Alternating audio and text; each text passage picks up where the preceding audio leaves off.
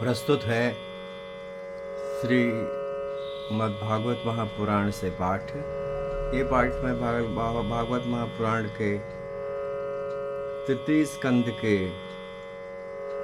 14वें अध्याय से प्रस्तुत कर रहा हूँ। बहुत सुंदर पाठ है। प्रसंग है दीदी का गर्भ धारण। भगवान श्री नारायण के दो सेवक थे। उनको सनक और सनंदन ने श्राप दिया था और वही हिरण्यकशिपु और हिरण्याक्ष के रूप में धरती पर आए। भगवान के सेवक हैं तो कितने अपूर्व होंगे, इसलिए भगवान को स्वयं अवतार ग्रहण करना पड़ा, वराह अवतार के रूप में उनके वध के लिए, उनके अंत के लिए, जिससे उनको सायुज्य मोक्ष की प्राप्ति हो और वो वैकुंठ धाम जाएं। आज की कथा का प्रसंग है दीदी जो उनकी माता थी, उन्होंने गर्भ धारण किया और कैसे हम सही समय पर सही कार्य नहीं करते हैं और कैसे उसका प्रभाव हमारे जीवन पर पड़ता है, उसका उल्लेख इसमें है। सनातन धर्म में प्रत्येक कार्य की विधियां हैं और यदि हम उन विधियों का पालन करते हुए कार्य करते हैं तो हमें अपूर्व फल की प्राप्ति होती है। नहीं तो नियमों का निषेध करके यदि हम करेंगे हमारे जीवन में उसका उल्टा प्रभाव होगा। इसी का उल्लेख है इसमें। प्रसंग बहुत सुंदर है, ध्यान से सुनिएगा। यद्वान्तुर्यमानायां यपत्नीनां समृद्धिभिः प्रजावतीनां भद्रं ते मय्यायुं तामनुग्रहम् भर्तर्याप्तोरुमानानां लोकानां विशते वशः पतिर्भवद्विदो यामां प्रजयाननुजायते पुरा पिता नो भगवान् क्षोदुतृवत्सलः कैकं वृणीत वरं वत्सा इत्यपृच्छत न पृथक्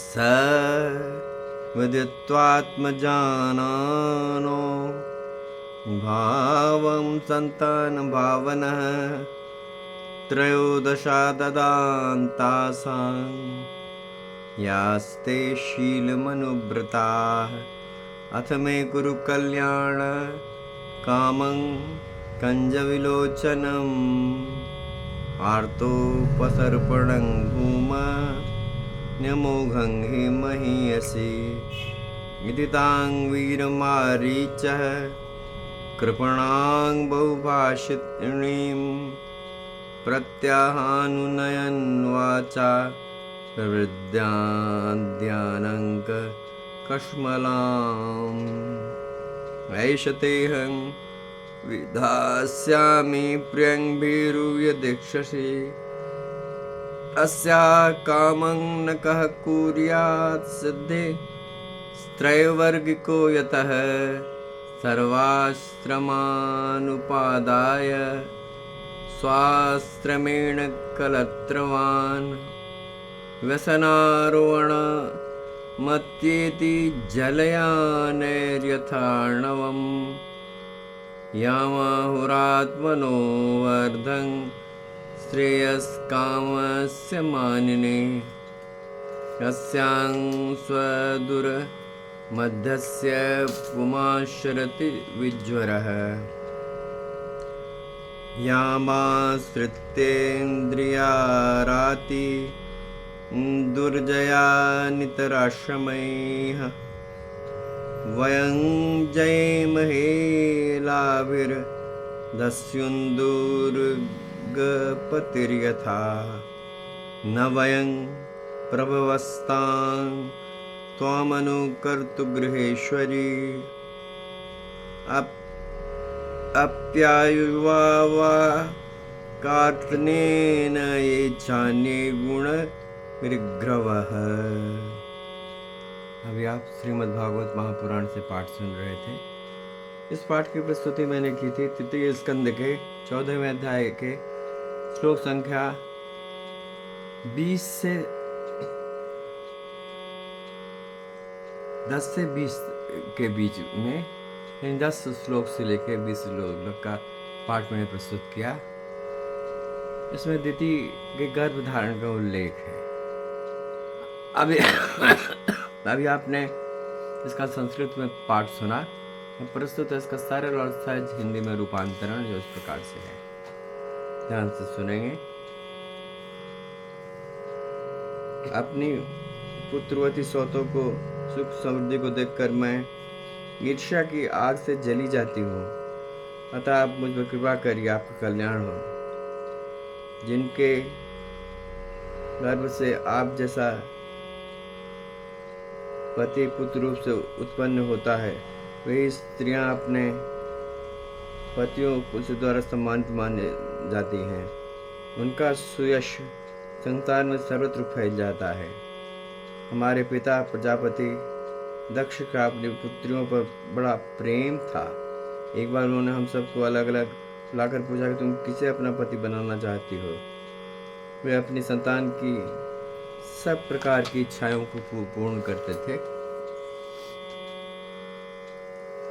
अतः हमारा भाव जानकर उन्होंने उनमें से 13 पुत्रियों को, जो आपके गुण स्वभाव के अनुरूप थीं, आपके साथ ब्याह दिया।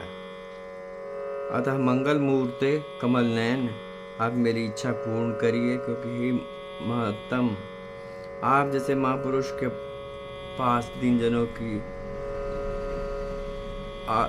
आशा निष्फल नहीं होती है। दुर्जी यदि कामदेव के विवेक से अत्यंत बेचैन और बेबस हो रही थी, उसने इस प्रकार बहुत सी बातें बताते हुए दीन होकर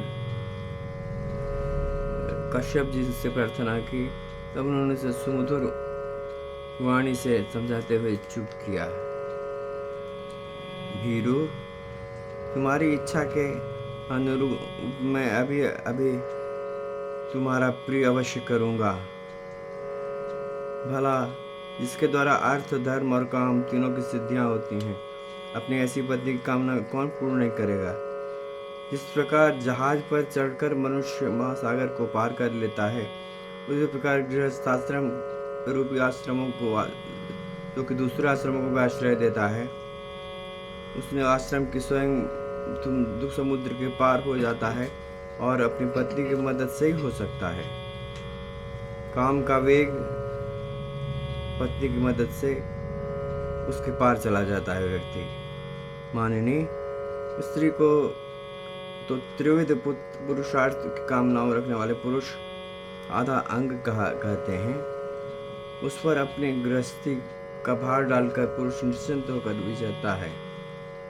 इंद्रिय रूप शत्रु अन्य आश्रम वालों के लिए अत्यंत दुर्जय हैं, किंतु जिस प्रकार किले का स्वामी सुगमता से ही लूटने वाले शत्रुओं को अपने अधीन कर लेता है, उसी प्रकार हम अपनी विवाहिता स्त्री का आश्रय लेकर इस इंद्रिय रूप शत्रुओं को सहज रूप से जीत लेते हैं। गृहेश्वरी, तुम जैसी भार्या के उपकारों का बदला तो हम अपना अथवा और कोई भी गुणग्राही पुरुष अपने सभी उम्र में अथवा जन्मांतर में भी पूर्ण रूप से नहीं पूरा कर सकता है। ये प्रसंग आपने सुना। इस प्रसंग में कश्यप जी कह रहे हैं कि गृहस्थाश्रम सर्वश्रेष्ठ है, तो इसी आश्रम पर बाकी सब आश्रम निर्भर करते हैं और इस आश्रम के द्वारा ही बाकी सब आश्रमों का पोषण होता है। गृहस्थाश्रम में जो पुरुष होता है, वो अपनी पत्नी के सहयोग से समस्त कामनाओं को जीत लेता है और अपने विराट अस्तित्व को संपूरित करता है और अपने जीवन में उत्तम फलों को प्राप्त करता है। तो पत्नी घर की गृह लक्ष्मी होती है और पत्नी सहधर्मिणी भी होती है, जो कि आपके जीवन में आपका सहयोग करके आपको भवसागर के पार उतारने में सहयोग देती है। तो अभी आप सुन रहे थे श्रीमद् भागवत महापुराण से पाठ। ये पाठ मैं बोलता हूँ, ये पाठ मैंने तृतीय स्कंद के 14वें अध्याय से प्रस्तुत किया। श्लोक संख्या की स्थिति 10 से लेकर 20 तक। आपसे एक विनती है, करबद्ध विनती है, यदि आपने मेरा चैनल यानी कविंद्र मिश्र का चैनल, इसका कोड है @कविंद्र मिश्र 5774, इसको सब्सक्राइब नहीं किया तो कृपा करके इसे सब्सक्राइब कर दीजिए। और यदि आपने लाइक और शेयर भी अभी तक आप नहीं कर पाए किसी भी कारणवश, तो कृपा करके लाइक और शेयर भी कर दिए। और एक बात और कहनी है आपसे कि अगर बेल आइकन आपने नहीं दबाया है तो बेल आइकन दबा दें, क्योंकि बेल आइकन दबाने पर आप मेरे द्वारा प्रस्तुत सनातन धर्म के उत्तम ग्रंथों का पाठ सुन पाएंगे। जो मैं तुरंत छव्यांकन करूँगा उसका तुरंत पाठ आप सुन पाएंगे और आपके जीवन में अत्यंत कल्याण होगा, अत्यंत ऐश्वर्य की प्राप्ति आपके जीवन में होगी और ईश्वर की कृपा, श्री कृष्ण की कृपा की दृष्टि आप पर होगी। अब मेरी इस प्रस्तुति में किन किन ग्रंथों से मैं पाठ प्रस्तुत कर रहा हूँ, उसका विवरण मैं प्रस्तुत कर रहा हूँ। जो पाठ संपूर्ण हो चुके हैं वो हैं श्रीमद् भगवद गीता, श्री विष्णु सहस्त्रनाम, श्री गोपाल सहस्त्रनाम और श्री कृष्ण जन्माष्टमी। और जो निरंतरता में जो चल रहे हैं वो है श्रीमद् भागवत महापुराण, श्री महाभारत, श्री रामचरितमानस और श्री गीत गोविंद ककुल शिरोमणि जयदेव द्वारा रचित। इनका पाठ सुने आप। ये बड़े उत्तम ग्रंथ हैं। इनका पाठ आपके कर्ण रंध्रों में जाएगा तो आपका पूरा जीवन अत्यंत सुखमय, अत्यंत समृद्धिमय और अत्यंत आनंदमय हो जाएगा। तो इसका पाठ आप सुने और मेरे साथ भगवान श्री कृष्ण को परम प्रिय जो श्लोक है उसका पाठ मेरे साथ दोहराएं, बड़ा आनंद आएगा। और इसके दोहराने से भगवान श्री कृष्ण की उत्तम कृपा आपको प्राप्त होगी। तो आइए मेरे साथ दोहराइए। ओम नमो भगवते वासुदेवाय। ओम नमो भगवते वासुदेवाय। ओम नमो भगवते वासुदेवाय। वासुदेवाय वासुदेवाय वासुदेवाय।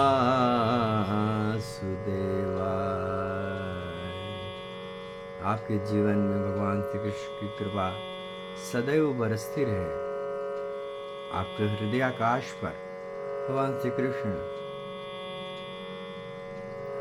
विराजमान रहें। आपके द्वारा आपके जीवन में उत्तम कार्यों का संपादन हो। भगवत कृपा की दृष्टि से आप भौतिक और आध्यात्मिक दोनों प्रकार के ऐश्वर्य से युक्त सदैव रहें। इस मंगल कामना के साथ मेरे साथ उस जय जयकार को बोलिए जो समस्त सृष्टि की उत्तमता को सामने लाती है और उत्तमता को आपके जीवन में प्रकट करती है। उस भगवान श्री कृष्ण की जय जयकार करिए, जिससे आपके जीवन में उत्तम गुणों का, उत्तम संपदा का और उत्तम भक्ति भाव का प्रकटन कर सके। आइए मेरे साथ जय जयकार करिए। मेरे साथ स्वर में मिला के जय जयकार की ध्वनि निकालिए। जय श्री कृष्ण जय श्री कृष्ण जय श्री कृष्ण जय श्री कृष्ण जय श्री कृष्ण जय श्री कृष्ण जय श्री कृष्ण जय श्री कृष्ण जय श्री कृष्ण जय श्री कृष्ण जय श्री कृष्ण जय श्री कृष्ण जय श्री कृष्ण जय श्री कृष्ण जय श्री कृष्ण जय श्री कृष्ण जय श्री कृष्ण जय श्री कृष्ण।